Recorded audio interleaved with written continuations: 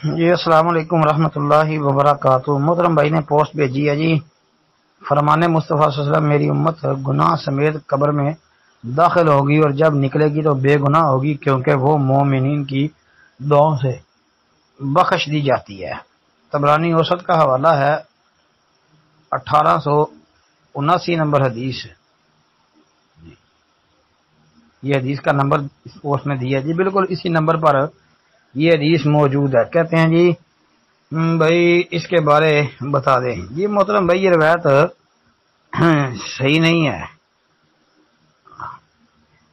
साबित ही नहीं है।